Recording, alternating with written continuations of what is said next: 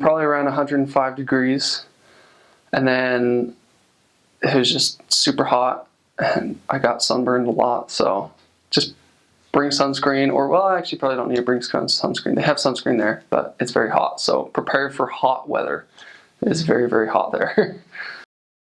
Lots of dog stories. I got bit a couple times. They're usually very friendly, unless you're sticking your fingers through the gate, which I was. I was very dumb and very naive. So I got bit a couple times on my fingers, and then as we were leaving, a dog got very defensive with an investigator they were teaching, and they bit my leg, and it ripped my pants, and I had to sew it, which I was very sad about because I only had a couple pants left on the mission because I got so ruined. But that's pretty much it. There's really not very much wildlife in Paraguay, just except the hounds and gangs of dogs that are generated there. So I was so dumb. I stuck my finger through the fence multiple times, and the dog just looked normal, and then all of a sudden go, "Argh," and latch onto my finger, and I'd pull it out and it'd scrape it right here. Dang it. So it was good times. A very important skill that I think all missionaries should practice is drawing maps. So in Paraguay, they actually don't have a very good road system, and I would say about 10% of the houses actually have a number and a street name, especially as you get farther away from Asuncion. So for the sake of future missionaries that go there, that come into your area and look in the folder, the mission or the area folder, practice drawing good maps and be very descriptive, just because it's such a pain to go into. You see I can't remember what it's called, a registro, just a paper with like the investigator record. A record, yeah, there you go. A record with the investigator, and you look at him, you're like, this guy is golden. He's gonna get baptized this week. We got to go find him. You turn it around, and in the back where they're supposed to write the address is just like next to the mango tree. Just like, oh my gosh, I don't know how to find this guy. So practice drawing your maps. Be very descriptive on what they're like and where they live, and be very descriptive. So that's a skill that I gained. I learned how to draw maps, so it was fun. Especially in the poorer areas, we ate a lot of fun things. They use the entire cow and the entire pig. So I remember eating pig's ears, fried pig's ears. I remember eating the meat off of a skull with a fork. You just pick it off and eat it. I remember eating cow intestine multiple times and a thing called mondongo, which if you're going to Paraguay, you'll figure that out, what it is there. I'll leave that as a surprise. You get to figure out what mondongo is. So the meat off the head was just a cow skull. So yeah, probably one of the worst week of my life actually happened on my mission with an investigator called Nico. He is an incredible man. He knew the church was true, but he just got pressured in by his ex-girlfriend to stop listening to us, and we had worked so hard with him, and he knew everything was true and he was going to get baptized, and it ended up just falling through just because he just got wrapped up in things of the world, living with his ex-girlfriend, getting back into drinking and smoking, and it was just a terrible experience. I remember my companion and I, it was really, really hard, but you'll have experiences like that.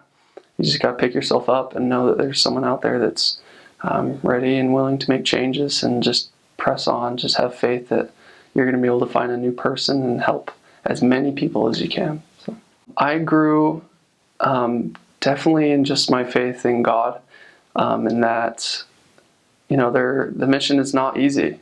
It's not a fun, well, it's a lot of fun, but it's not just, you're not every week just baptizing thousands and thousands of people.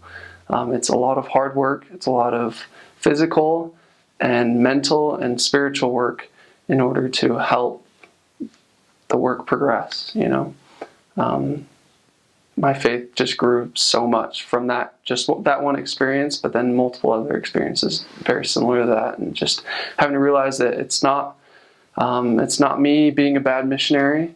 I'm here to do the best I can, but I can't force anyone to do anything. I just have to have faith that someday that they'll realize what really is true and what they need to do. probably about weekly, I almost broke my ankle on the Empedrado. That rock stuff is just is hard. And by the end of your mission, your ankles are just gonna be rock solid. It will be literally impossible for you to like roll your ankle, just because you're always walking on just rocks. So if you've rolled your ankle before, take caution, especially in the beginning months of your mission. But then you'll get really strong ankles, and that was just something that was just really weird for me, because at the beginning I was just always rolling my ankle and it was just hard, and then by the end I was like, I don't ever roll my ankles anymore, because they just had gotten really, really strong at walking on uneven rocks all the time. So there's really so many instances that I could tell of just like incredible people that I taught. One of my favorite families that I was able to teach was the Familia Dodam. That was while I was in Ita. And I just remember it was a really hot summer day. My companion and I were exhausted. This is a typical missionary story, but it's different when you actually experience it yourself. My companion and I were walking around. It was really hot, and we get to this house, and we were looking for another guy that we had contacted the day before. I think his name was like Juan or something. So we get to this house and we clap, and we thought that he lived somewhere in the area, and we knocked on this door, we clapped the house, and the guy came out, and we were like, hey, do you know Juan? Does he live around here? And he's like, I actually am brand new here. I just moved here with my little family. His 3 little kids come running out, and they're like 3, 4, and 5 or something. They're all very young, and his wife's in the back. And he was just like, yeah, I don't know who Juan is, but who are you guys? And we're just like, oh, great. We'd love to tell you. So we tell him that we're missionaries. And my companion asks, have you ever wondered why there's so many religions in the world? And he was like, I actually ask myself that every single day. It's like, can you guys come in? And I really want to talk to you. We're like, yes, we would love to come in. So we go in and we teach the first lesson, and him and his wife just gobble it up, and they're just like, you guys obviously know what you're talking about. We really want you to come back. And they were like, how can we know like what you're saying is true though? And so we gave them the Book of Mormon. We told them to start reading, and gave them the promise in Moroni 10 that if they read and pray and ask God, that He'll let them know. And we come back the next day, and he was already in like 2nd Nephi. He had read all of 1st Nephi. And we get to his house, and he's just got this huge smile on his face. He's like, hey, I got to talk to you. I've been reading and I've been praying, and I'm feeling like this is true. And this is like the 2nd day that we had taught him.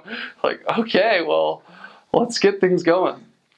And just in the course of the next couple weeks, we taught him. He continued to follow up on his commitments. And he was just so prepared. So prepared for the gospel. So prepared to be able to feel the Spirit finally in his life on a constant, consistent basis.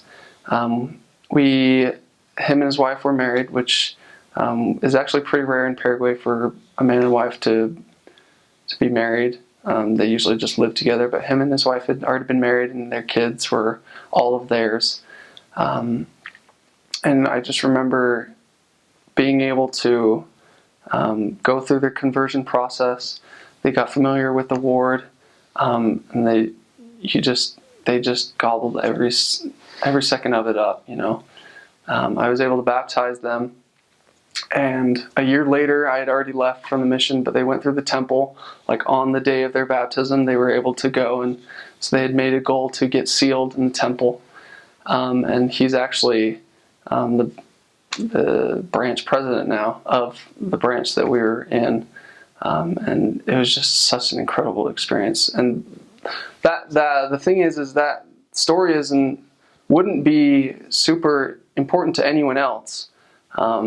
But the thing is as a missionary, you're going to have experiences like that. Every single missionary has their own experience with a person, just like the Familia Dodam, just like just like that exact family. There's people there waiting that need to know that there is hope and that there is a true gospel. So